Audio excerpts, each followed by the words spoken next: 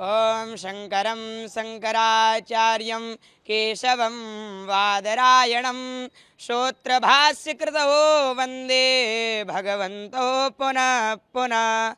मेरा नाम शौर्य दीक्षित है। मैं स्वामी श्री रणदास वेद विद्यापीठ का छात्र हूँ।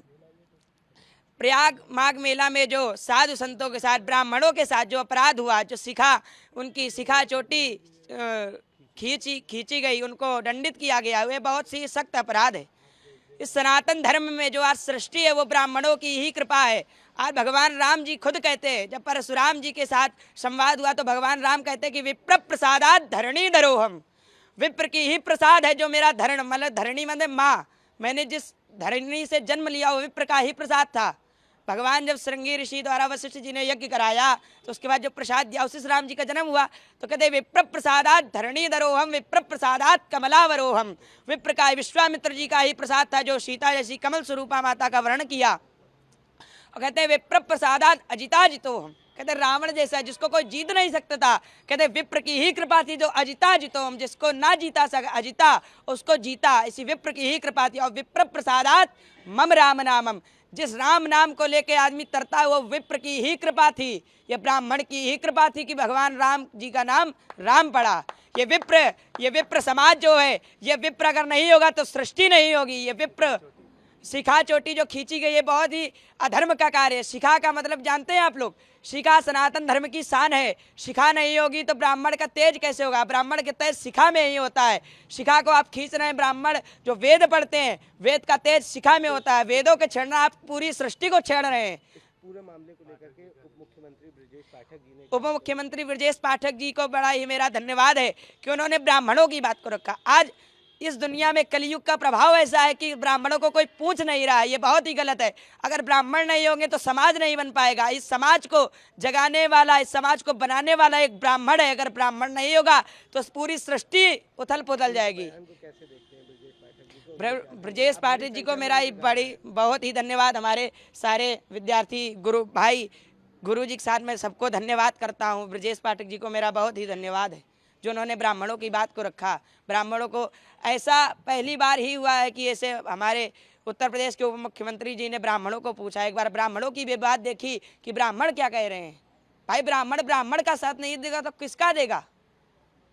ये जो कदम उठाया बेहतर कदम, बहुत ही अच्छा कदम है। ये ब्रजेश पाठक जी ने बहुत ही अच्छा फैसला लिया। ऐसा अभी तक उत्तर प्रदेश में किसी ने लिया नहीं। ब्रजेश पाठक जी को बहुत ही धन्यवाद है। बिल्कुल, आपको बता दें कि कल मोहन भागवत से उत्तर प्रदेश के मुख्यमंत्री योगी आदित्यनाथ ने मुलाकात करी थी। ये मुलाकात लगभग 3 महीने बाद हुई थी क्योंकि इसके पहले 25 नवंबर को अयोध्या में जो संघ का कार्यालय वहाँ पर सीएम की इस मोहन भागवत से मुलाकात हुई थी और उसके बाद कल लगभग 40 मिनट मुलाकात हुई। हालांकि ये कार्यक्रम पहले से इस कार्यक्रम को लेकर पहले से जानकारी आ गई थी कि मोहन भागवत से सीएम मिलने जाने वाले हैं। लगभग 40 मिनट तक सीएम मोहन भागवत के पास रहे और उसके बाद मिलने के बाद वो निकले और उसके बाद आज सुबह में केशव प्रसाद मौर्य जो कि उत्तर प्रदेश के डिप्टी सीएम है उनकी मुलाकात हुई है। आपको बता दें कि उत्तर प्रदेश इस बार चुनावी वर्ष में उसकी जो एंट्री है वो हो चुकी है। 2027 में चुनाव है, मात्र साल भर का वक्त है चुनाव में और उस चुनाव के बीच उत्तर प्रदेश में किस तरीके के क्या खाके खींचे जाएं, इन तमाम विषयों पर जो चर्चाओं का जो एक तरीके से कहा जा सकता है कि इन तमाम विषयों पर जो चर्चाएं वो हुई। हालांकि संघ अपना शताब्दी वर्ष जो है वो मना रहा है और उस शताब्दी वर्ष के तहत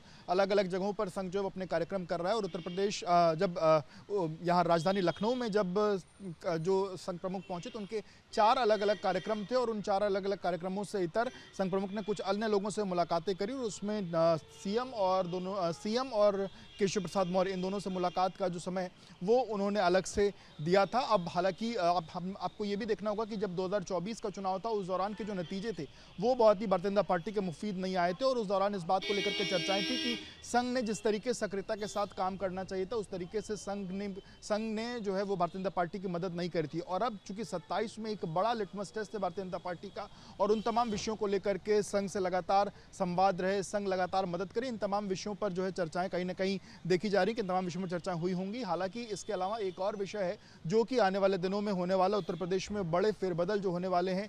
होली के बाद जो मंत्रिमंडल विस्तार होने की चर्चाएं हैं, इसके साथ साथ संगठन में बड़े फेरबदल होने की चर्चाएं हैं, उसमें क्या रूपरेखा रहेगी, किस तरीके से सभी को सामंजस्य के साथ स्थान देने की जो कवायद है, उन तमाम चीज़ों को लेकर के ये चीज़ें चल रही हैं कि इन तमाम विषयों पर जो चर्चाएं हैं वो हुई हैं और इन तमाम चीज़ों पर जो चर्चा हुई है उसकी रूपरेखा आने वाले समय में देखने को भी मिलेगी। तो ये कई ऐसे विषय है जिसको लेकर के चर्चाएं फिलहाल मानी जा रही हैं कि हुई होंगी। लगभग 40 मिनट तक चर्चाएं जो है वो सीएम के साथ हुई थी और लगभग 15 से 20 मिनट तक केशव प्रसाद मौर्य से जो मुलाकात है वो जो है हुई है। अब देखना होगा कि क्या तस्वीरें। हालांकि देखिए, और जिस तरीके से जो बटुक ब्राह्मणों की जो चर्चाएं हैं कि तमाम जो बटुक ब्राह्मण थे वो आए थे और उनकी भी कुछ बटुक ब्राह्मण इस वक्त देखिए ब्रजेश पाठक के आवास पर भी आ गए हैं और उन लोगों से बातचीत भी करेंगे और उन लोगों से समझेंगे भी कि आप लोग आए थे आज सुबह और ब्रजेश पाठक ने आप लोग को आशीर्वाद दिया। आइए बाहर आ जाइए।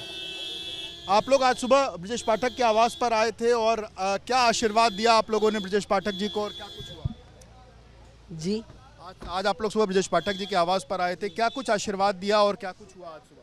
हम लोग सुबह आए थे इस वजह से कि जो हम लोगों के मतलब बटुकों के द्वारा अपराध किया गया है, हम का जो अपराध जो अपराध हुआ है, शिखा खींची गई है, हम लोग उसके विषय पर आए थे। तो आप लोगों ने क्या आशीर्वाद दिया ब्रजेश पाठक जी? हम लोगों ने उन्होंने आपका विषय उठाया, उन्होंने कहा कि जिन्होंने बटुकों की शिखा खींची उसका महापाप, उसको वो उन्होंने महापाप किया। इसको लेकर के आपके मन में क्या भावना है और क्या आशीर्वाद दिया? हाँ, उन्होंने हम लोग को, अब हमने उन लोगों को आशीर्वाद दिया कि जो ब्रजेश पाठक जी उप मुख्यमंत्री हैं, उनको उन्होंने जो ये विषय रखा है वो बहुत अच्छा रखा है। आपने क्या कुछ आशीर्वाद दिया? जी, मेरा नाम शौर्य दीक्षित है। मैं स्वामी श्री चरणदास वेद विद्यापीठ का छात्र हूँ। मैं ब्रजेश पाठक जी ने बहुत ही अच्छा कदम उठाया है, जिन्होंने साधु संतों का जो अपमान हुआ, तीर्थ राज प्रयाग में जो साधु संतों का अपमान हुआ और बटुक ब्राह्मणों की शिखाएं खींची गई, इस पर जो विरोध हुआ, ये बहुत ही ब्रजेश पाठक जी ने बहुत ही अच्छा कदम उठाया। मुख्यमंत्री आदित्य योगीनाथ जी से भी मेरी यही कामना है कि वो भी अगर 2 शब्द अपने इस पर रखें तो बड़ा ही अच्छा होगा। केशव प्रसाद मौर्य जी भी उप मुख्यमंत्री हैं, उनका भी इस पर 2 मत जरूर होने चाहिए, उनसे मेरी अपील है। आप लोग लगभग 101 की संख्या में आज सुबह पहुंचे थे। पहले पैर पूजा गया, फिर आप लोग का जो एक तरीके से जो पूजन है वो हुआ। दोनों पति पत्नी साथ में थे और किस तरीके से आप लोगों ने क्या आशीर्वाद दिया? जी, हम लोगों ने आशीर्वाद यही दिया कि आप ऐसे सदमार्ग पर चलते रहें, ब्राह्मणों की सेवा, साधु संतों की सेवा करते रहें और न्याय करते रहें, अधर्म के खिलाफ डटे रहें, अधर्म को न्याय में परिवर्तित करें, न्याय का समर्थन करें।